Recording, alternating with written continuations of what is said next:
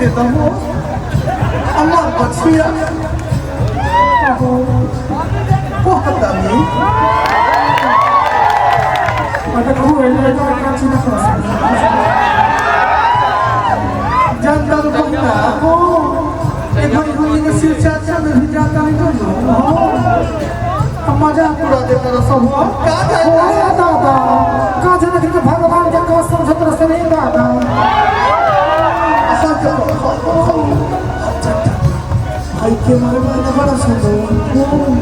मारे मारे ताऊ आदमी कोई के बड़ा सुंदर कने से कामड़ के थोड़ा पे रह दादा तो सब दूर रही जब तो कने रहता के मारे वाला बड़ा सुंदर काटता हुआ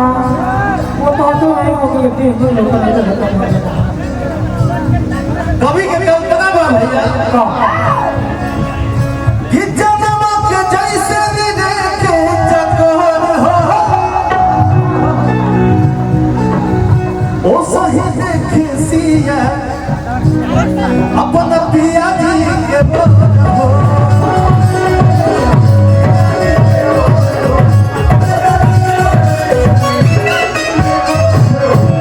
हमने के बीच में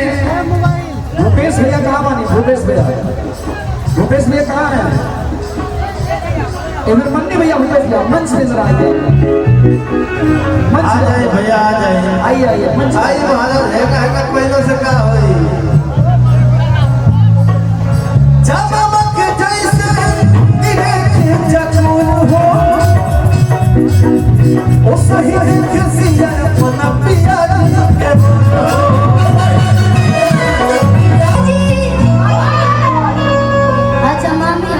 की मम्मी है भाई मामी और मम्मी में अंतर है कब मामा इतने लहरदार मामी और लहरदार ओ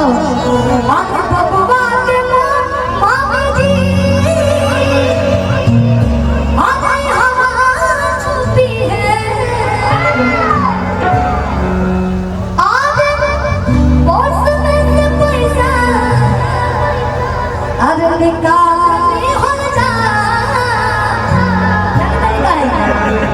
किया नाम सो हरिया सुनाई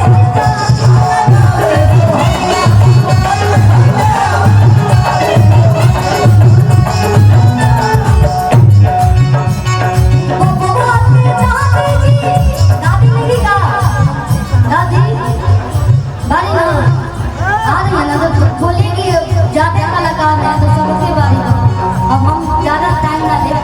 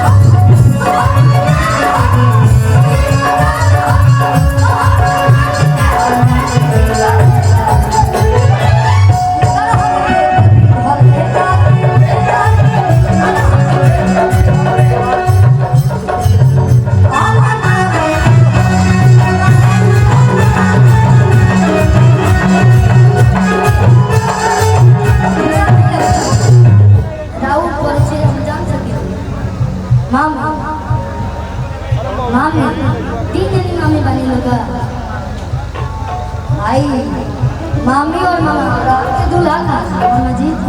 आपके दूल्हा ये बड़े मामा जी हैं क्या